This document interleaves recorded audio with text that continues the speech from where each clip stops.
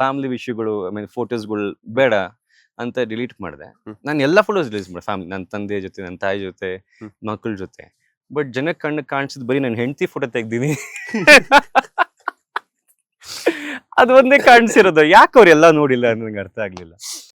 So obviously ಈಗ usually ಈ ದೊಡ್ಡ ದೊಡ್ಡ ಹೀರೋಯಿನ್ಸ್ಗಳು ಡಿವೋರ್ಸ್ ಆದ್ರೆ ಹ್ಮ್. ಅವ್ರ ಪಾರ್ಟ್ನರ್ ತೆಗೆದು ಬಿಡ್ತಾರಲ್ಲ, ಹೌದು. ಹಾಗ ಅಂದ್ಕೊಂಡು ಅವ್ರು ಒಂದು ವಿಚಾರ ಹಾಕಿದ್ದಾರೆ. ಐ ಮೀನ್ ಈಗ ಅದೇ ಹೇಳಿದ್ನಲ್ಲ, ಸೋಷಿಯಲ್ ಮೀಡಿಯಾಲಿ ಪಾಸಿಟಿವ್ಗಿಂತ ನೆಗೆಟಿವ್ ನ್ಯೂಸ್ ಬೇಗ ವೈರಲ್ ಆಗುತ್ತೆ.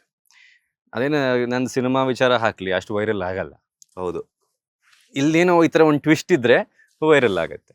ಸೊ ಹಾಗಿದ್ದಾಗ ಈ ವಿಚಾರ ತುಂಬಾ ಕಡೆ ಹೋಯ್ತು. ಫಸ್ಟ್ ಡೇ ಒಂದು ವಿಡಿಯೋ ಬಂತು ನನಗೆ, ನೋಡಿದೆ.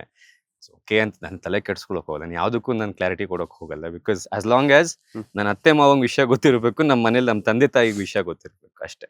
ನಮ್ಮ ಫಸ್ಟ್ ಸರ್ಕಲ್ ಏನಿದೆ ಅವ್ರಿಗೆ ಮಾತ್ರ ಗೊತ್ತಿರಬೇಕು, ಅವರು ಕ್ಲಾರಿಟಿ ಕೊಡಬೇಕು, ಅದಕ್ಕೆ ನನ್ನ ಜವಾಬ್ದಾರಿ ಇದೆ.